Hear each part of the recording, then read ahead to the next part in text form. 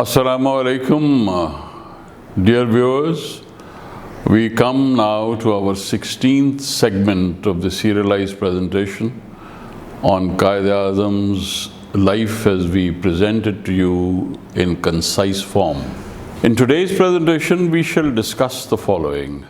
Jinnah's furious tirade against the cabinet mission and the Congress party, causes that led to protest and violence in the direct action day, and Jinnah's reaction to interim government. Nehru gets sworn in, entry of the Nawab of Bhopal resulting in a meeting between Nehru and Jinnah, tribute paid to Quaid by Aga Khan, Pakistan on the horizon. Jinnah's furious tirade against the cabinet mission and Congress party.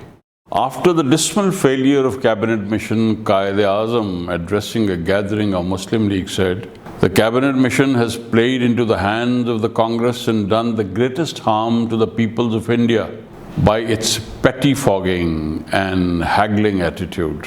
The Congress is full of spite towards the Muslims." He said the Congress was talking through its hat when they talk of turning the Constituent Assembly into a sovereign body. He termed Nehru's statement as childish. He regretted that in the debate in British Parliament, Lord Patrick Lawrence and Sir Stafford Cripps had tried to create the impression that the Congress had accepted the long-term proposal, which was quite contrary to the facts.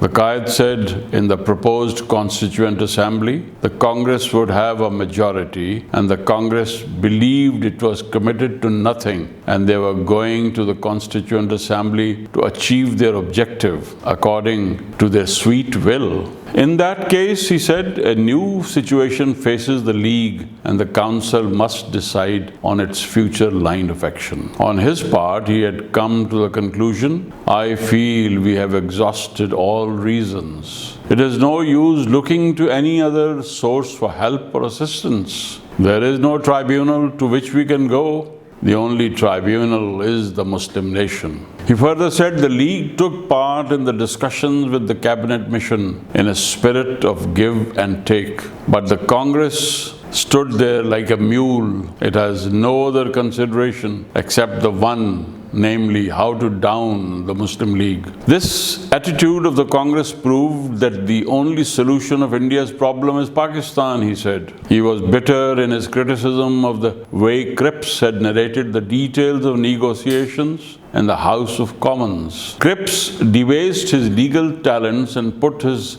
dishonest interpretation. Quaid referred to Cripps as that ingenious juggler of words. He ended his speech with a scathing criticism of the part Lord Patrick Lawrence and Cripps had played. When representatives of His Majesty's government go back on their own words within 10 days and dishonor themselves and the government they represent and the nation to whom they belong, what confidence can we have in these people?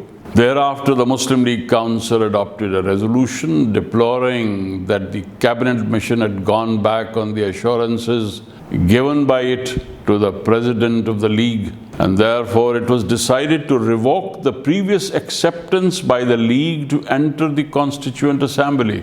By another resolution, the Council authorized the Working Committee to chalk out plans for direct action and called upon those who owed allegiance to the League to renounce titles bestowed on them by the British government. The Quaid applauded the decision of the Council. This day we bid goodbye to the constitutional methods. Today we have also forged a pistol and are in a position to use it. The decision to reject the proposals and to launch direct action has not been taken in haste.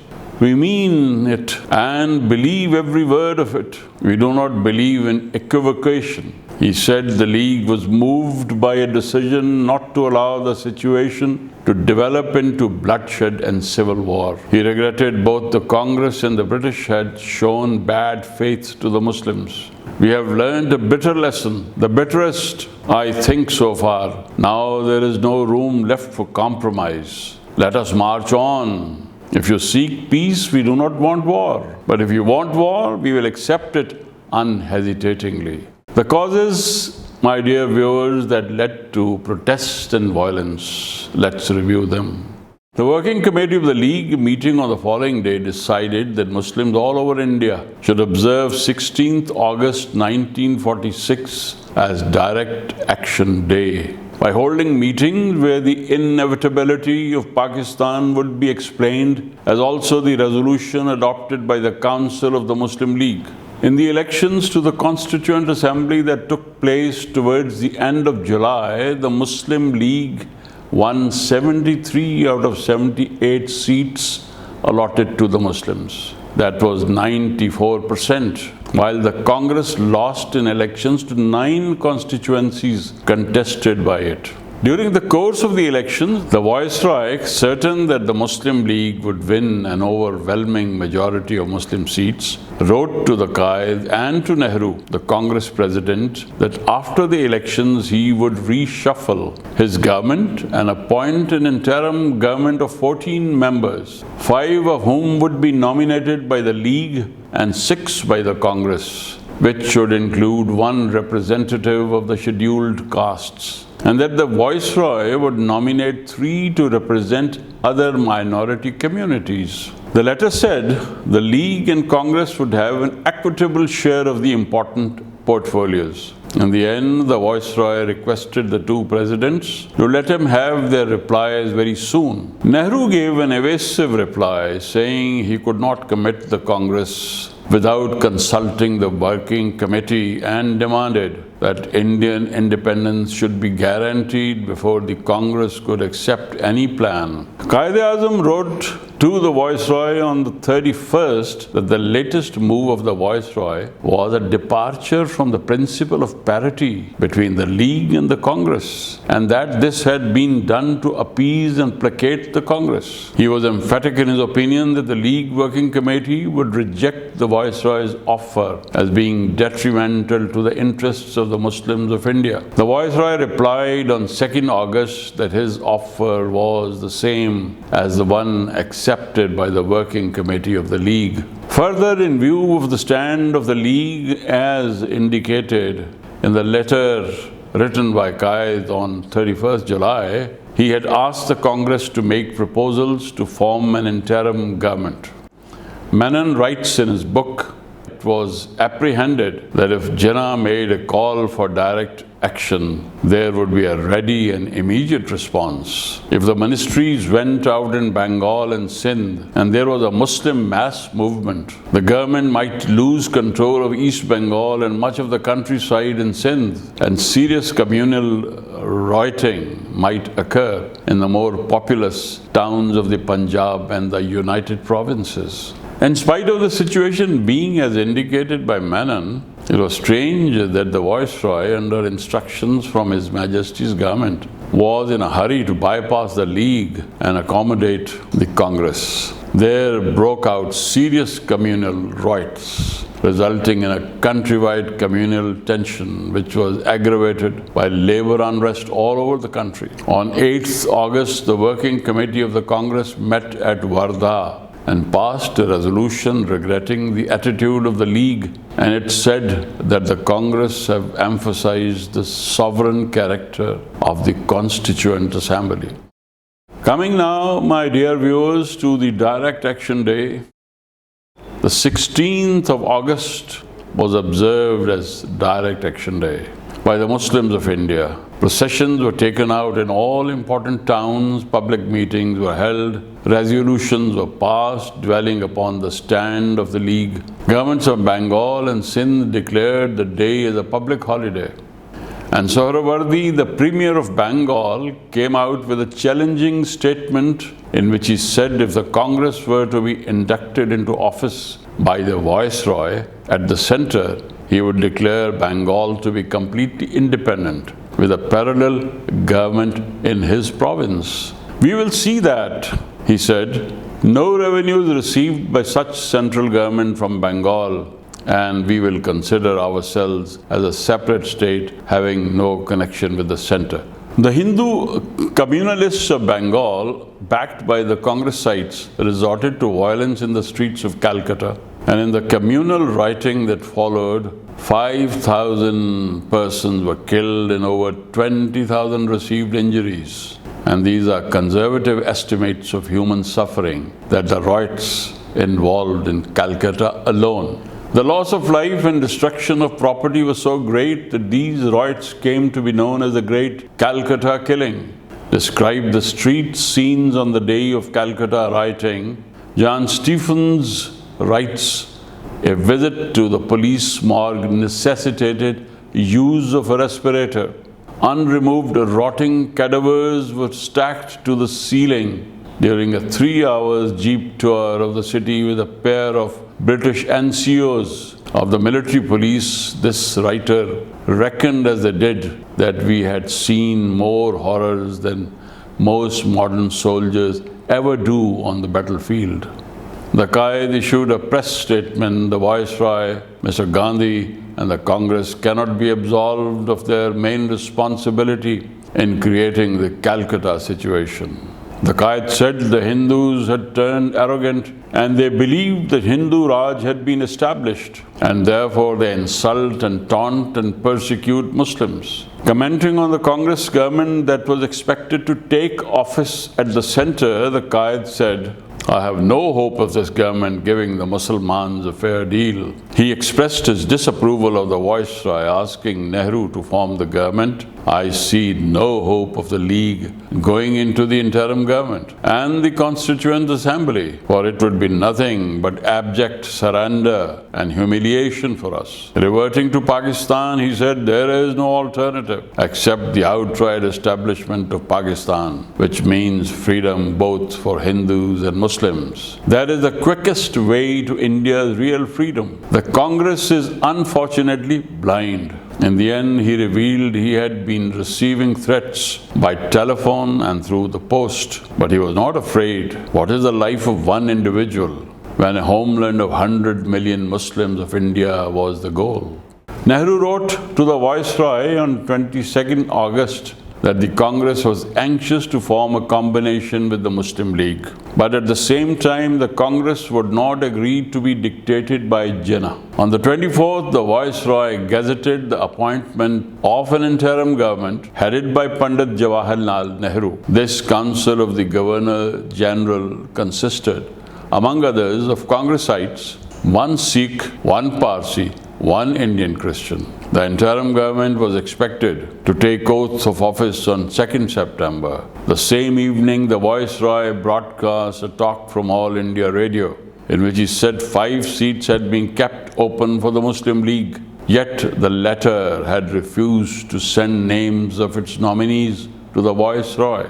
The Viceroy could not wait indefinitely for the League to enter the interim government, and he was therefore proceeding with its formation. The broadcast informed Indians that for the first time in its history, the British government had agreed the war member would be an Indian. It concluded by appealing to the public and the press to give their cooperation. Never were tolerance and soberness in thought and action more necessary.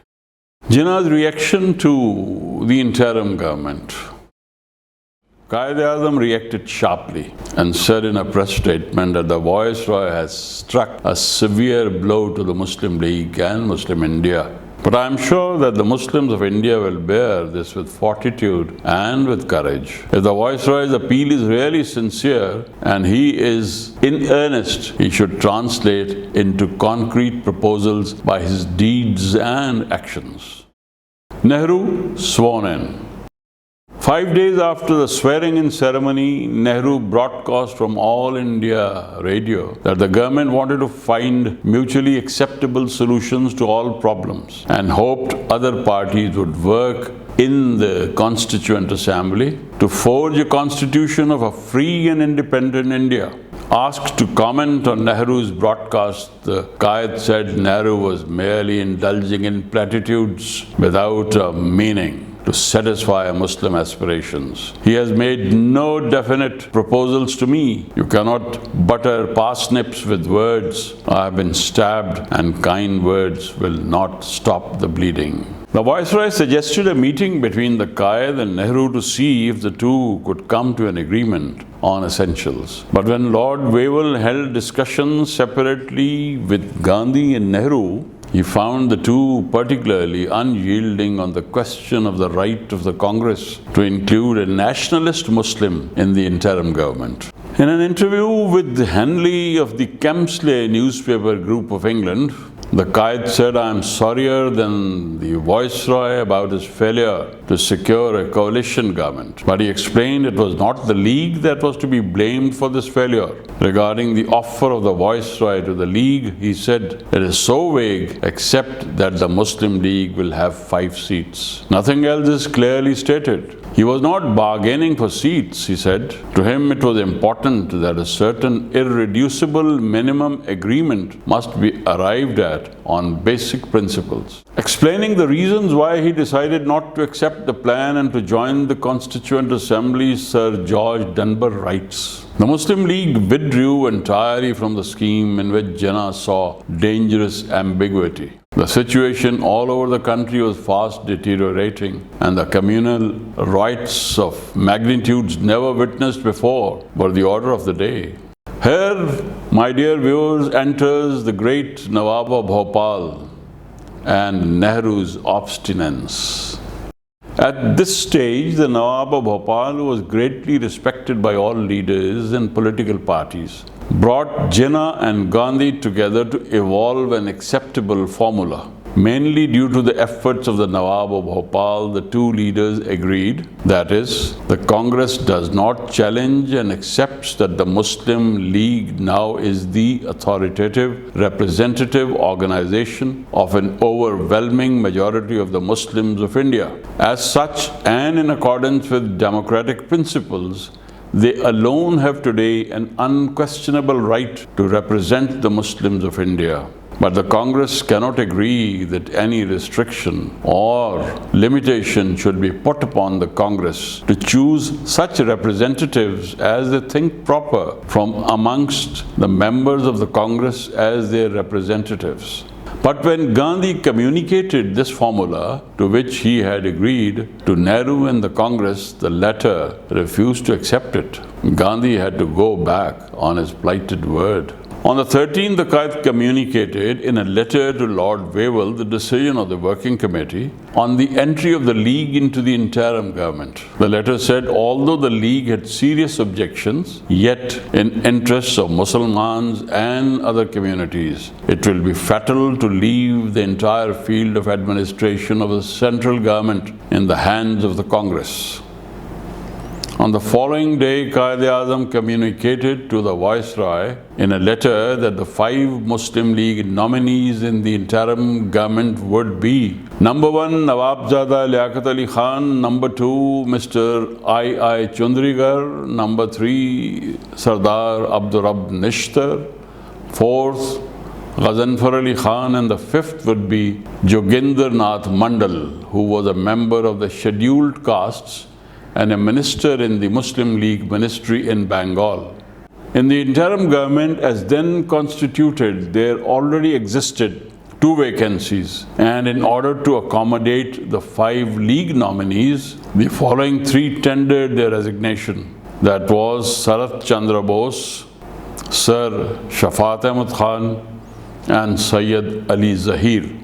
The Quaid had all along insisted that in case Muslim League representatives joined the central government, there should be equitable distribution of portfolios between the League and Congress nominees. There ensued a protracted discussion between the Viceroy and the Quaid, and the Viceroy and Nehru on this point. It took them 12 days to come to an agreed solution. On the 25th, Lord Wavell wrote to the Quaid, "The portfolios that I can offer the Muslim League in the interim government are the following: finance, commerce, posts and air, health and legislative." On the same day, the Quaid replied to the Viceroy, "I am sorry, I cannot say that it is an equitable distribution. I am sending you below the names of the nominees of the Muslim League, showing how those portfolios should be distributed among them. Finance, Mr. Liaquat Ali Khan; Commerce, Mr. I. Chundrigar; Mr. A.R. Nishtar in posts and air; Health, Mr. Ghazanfar Ali Khan, and Legislative, Mr. Joginder Nath Mandal. This, ladies and gentlemen, brings us to the main part of the presentation this morning, in which the Quaid had finally sent the names of Muslims nominated for various ministries. Now we have for you a tribute paid to Quaid's relentless efforts that he was making for the cause of creating Pakistan, and this tribute was paid by no less than Mr. Aga Khan. It said, during all these months, from the time the cabinet mission came to India to the day the League nominees entered the interim government at the centre, having succeeded in preventing the Congress from getting all they wanted, the brunt of the battle on behalf of Muslim India had been borne by one man, Jinnah, who was now past 70. His aged but willing shoulders carried the burden with zest and vigour, which could be the envy of men much younger than him in years. Paying glowing tributes to him for his work at this crucial period of our history, the Aga Khan writes, the Quaid-e-Azam's brilliant and epoch-making career, so untimely ended, reached its summit in these momentous years of 1946 and 1947. Now he belongs to history, and his memory, I am certain, is imperishable. Of all the statesmen that I have known in my life, Clemenceau, Lord George, Churchill, Curzon, Mussolini, Mahatma Gandhi, Jinnah is the most remarkable. None of those men, in my view, outshone him in strength of character, and that almost uncanny combination of prescience and resolution which is statecraft. Pakistan on the horizon. And here comes a statement from a person of such great eminence known as Dr. B.R. Ambedkar, who later on was the author of independent India's constitution. With the entry of Muslim League representatives into the interim government, establishment of Pakistan was bound to be a dominant issue in any future settlement concerning India, so wrote Mr. Ambedkar. Up to 1939, few took it seriously, but after the Pakistan Resolution of 23rd March 1940, attempts were made by the Congress to kill it by ridicule. Dr. B.R. Ambedkar wrote in this connection that Muslim politics should have run a parallel course and should never have merged in the Hindu current of politics is a strange fact of modern Indian history. In so segregating themselves, the Muslims were influenced by some mysterious feeling, the source of which they could not define, and guided by a hidden hand which they could not see, but which was all the same directing them to keep apart from Hindus. This mysterious feeling and this hidden hand was no other than their pre-appointed destiny, symbolized by Pakistan, which unknown to them was working within them. Thus viewed, there is nothing new or nothing sudden in the idea of Pakistan. The only thing that has happened is that what was indistinct appears now in full glow, and what was nameless has taken a name. My dear viewers, with this very, I'd say, accurate prediction and tribute paid to the Muslim nation by Dr. B.R. Ambedkar, we come to the end of today's presentation, and inshallah we shall meet you in our next episode. Khuda Hafiz.